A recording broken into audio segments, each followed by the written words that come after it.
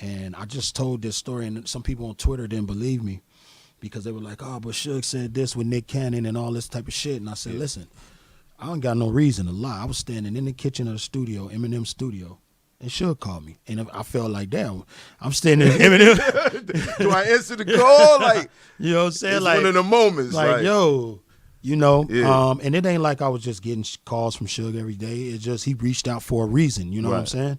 And I said, yo, I'm over here with M right now, you know what I'm saying? And he was like, yo, I'm glad you with the white boy, man. Because that's what he called him. He was like, I'm glad you with the white boy because he's a lyricist. And he going to understand you more than anybody else. You know what I'm saying? Wow. And he was like, don't let nobody tell you that I'm trying to get in your way for some shit like that. He's like, man, I love that shit. He was like, because he could spit and you could spit. And ain't nobody on the West going to really understand you right now. That's what Suge said, dog. Yo, you know what that conversation, that little audio clip would have cleared up so much shit that was thrown on Suge Knight. Yeah. Just knowing that he understood music so much that he could have an issue with somebody, but still love what they do. Oh yeah, absolutely, absolutely. Because he definitely he understood that shit. You know what I'm saying? Like when it came to the music, he had that ear, and that's why a lot of people, you know, they wish they could have been on death row. All the bullshit that went on death row. They wish they was still some motherfuckers that wish they could have been on death hitting, row. Yeah, you know what I'm saying. And plus because Suge giving you the nod is like saying, you know, your talent level is official.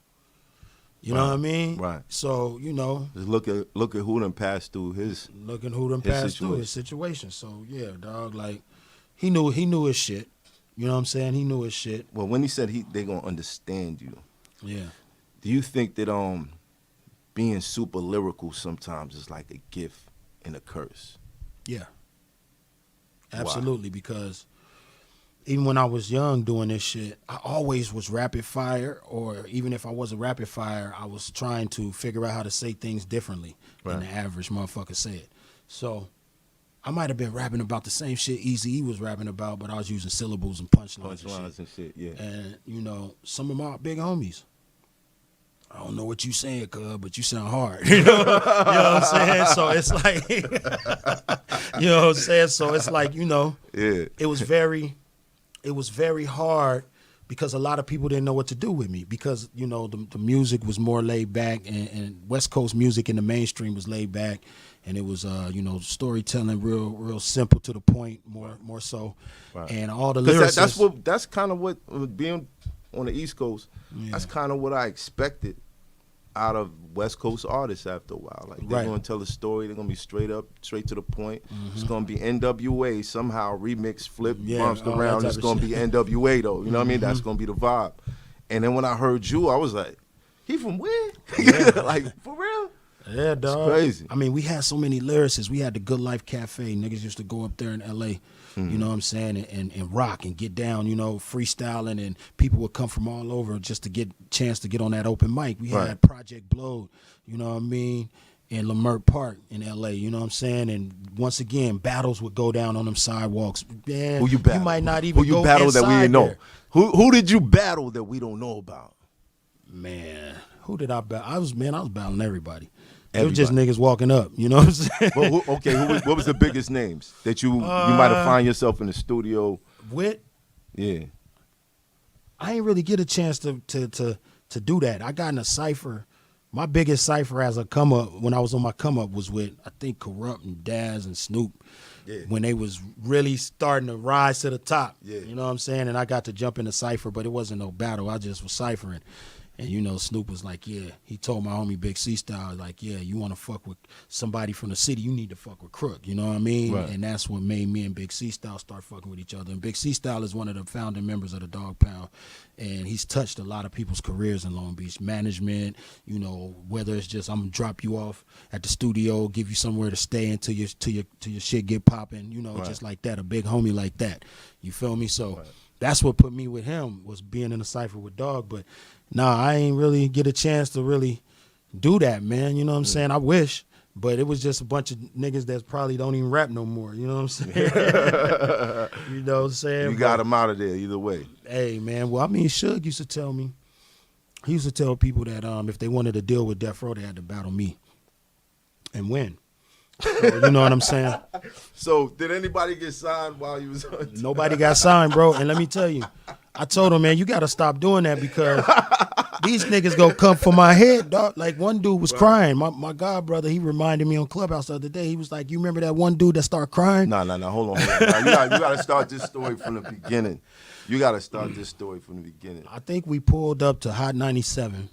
Right. And Tretch was with us. And Shout out to Tretch. Tretch was holding us down. Jersey. You know, he was like, shh. Y'all go up there and say whatever y'all want to say. We down here right now. Right, and right. you know what it is. Right. We was like, all right. So we hype. We go upstairs. We doing our little 1-2 interview and all that shit. We come back down. The motherfucking whole shit is packed outside because I guess they heard us live on the fucking air. So they like, all right, them niggas up there. Right. So, you know, it was a couple kids. And they was like, yo, Suge, you need to fuck with me. You know, and Suge was like, all right, well, shit, if you could battle Crooked and you could fucking beat Crooked, I'll give you a motherfucking deal right now. That's what I tell everybody. I'm like, oh, man, here we go again. And you just did. You're like, shit, here we go. And you know, if you go to the radio and you're not even expecting that you need to freestyle on this shit, they just finna play your new shit and you finna bounce. You ain't got like 100 in a clip for like 5 different, you know what I'm saying? Right. So I'm like, I'm out there just going wild. And it was a couple niggas that was hard. It was this one dude out there. If you out there, bro. You know his name? His name was Microwave. Microwave. Yo, he was kind of spitting. I was like, when I got back on the plane, I was like, that Microwave kid was kind of hard. That might have been Suge. You know what I'm saying? But Young Surf done pulled up. Microwave, nigga. But he was heating it up. But yeah, it was a Shout good. out to Surf, man. I just be fucking with him. Yeah. Shout out to Surf. I was looking at his I-95 freestyle the other day. Yeah, that shit was he nice. Blacked out on that shit. Yeah, that shit was nice. Yeah, man. But yeah, you know. So Microwave spit. He did his thing, you know. But we just, man, dog. Listen, when I was super hungry, it was no chance. It's no chance. There's no chance, dog. Cause I, you know. You hear that saying where they say, I'm going to hit you with my ain't got shit left, right. You know what I'm saying? Yeah. Like, I'm really in there like, dog, y'all don't even know, dog. Roaches in the cereal look like Raisin Bran where I'm from. You know what I'm saying? Nigga, we was poor. Right. We was below the poverty line poor. You know what I'm saying? Right. We was gutter, grimy, you know. We trying to get the fuck out of here. Right. And I'm not letting nobody stop me from putting my mama in a better house. And I ain't letting nobody stop me from getting off this block. So you ain't when you heard Microwave, you was like, he all right, man. Maybe I might take the L this time because I feel like, you know what I mean, he'll be a good addition to the label. Dog, I'm not finna take no L's in front of the nigga signing my check. So the nigga you know cried? Yeah, he started crying. Well, no, not him. Oh. It was somebody else that my god brother told me about. But we was doing it. So So it I wasn't started Sir. talking to Yeah, Corrupt. I started talking to Corrupt one day. He was like, yeah, Suge did that to me too. He said, that's why I came up with that line the night I served 2,000 MCs.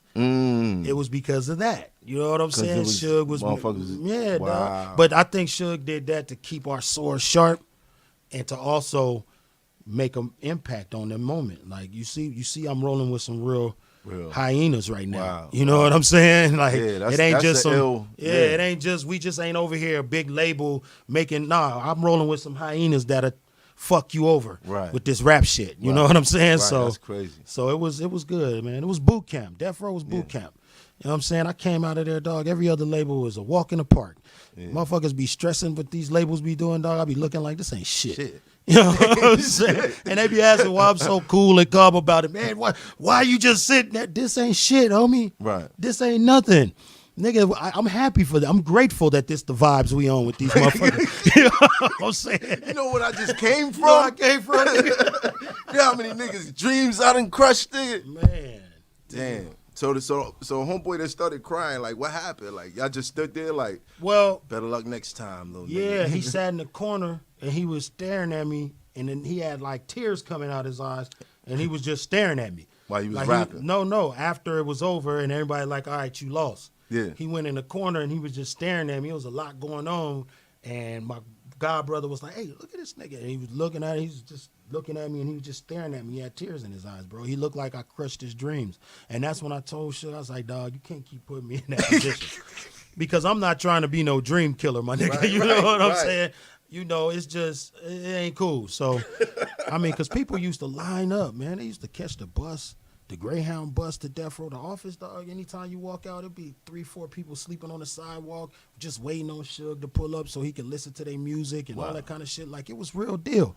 It was real deal over there. People wanted in, man. And you stopped You know all what I'm of them. saying? Hey, I stopped a lot of those motherfuckers, dog. Hey, I did them a favor, though, because, you know, it ended up not really popping like it was supposed to. Right. You know what I'm saying? So hopefully they went somewhere else, you know what I mean? And they got an and got opportunity. on.